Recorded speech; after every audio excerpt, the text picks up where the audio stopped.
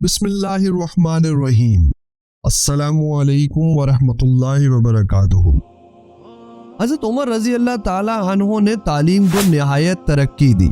تمام اسلامی ممالک میں مکاتب قائم کیے گئے جن میں قرآن کی تعلیم دی جاتی تھی۔ ان مکاتب میں بڑے بڑے علماء درس دیتے تھے جن کی تنخواہیں مقرر تھیں۔ تعلیم کی نوعیت زیادہ تر مذہبی تھی جس میں قرآن، حدیث اور فقہ کی تعلیم دی جاتی تھی۔ اشاعت اسلام بھی حضرت عمر رضی اللہ تعالی عنہ کے کارناموں میں ایک نہایت اہم کارنامہ ہے۔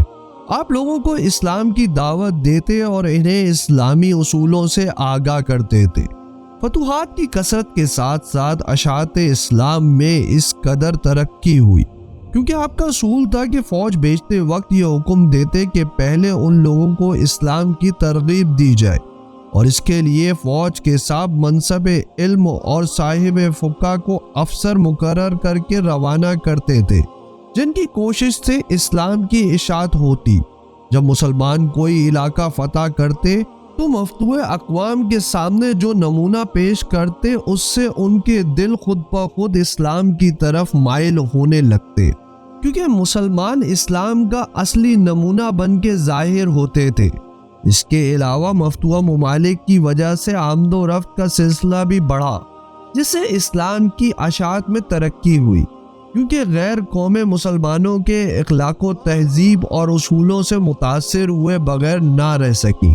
حضرت عمر فاروق رضی اللہ تعالی عنہ کا ایک نہایت اہم اور بڑا کارنامہ سن ہجری کا آغاز ہے۔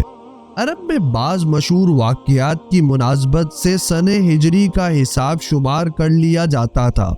وقتاً فوقتاً بعض مشہور واقعات ہوتے رہتے تھے، مثلاً عام الفیل کا سال اور عالم الفجار وغیرہ کا سال، لیکن حضرت عمر رضی اللہ تعالی عنہ نے اس ضرورت کو محسوس کرتے ہوئے جو سن چلایا وہ آج تک جاری ہے۔ 16 ہجری میں ایک واقعے نے آپ کی توجہ سن کی طرف دلائی۔ فاروق اعظم رضی اللہ تعالی عنہ کے سامنے 2 فرمان پیش کیے گئے جن پر صرف شعبان یعنی مہینے کا نام لکھا ہوا تھا۔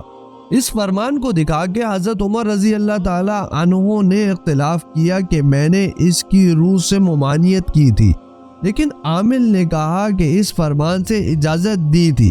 اس اختلاف سے آپ نے مجلس شورا سے سن ہجری مقرر کرنے کے بارے میں اظہار خیال کیا۔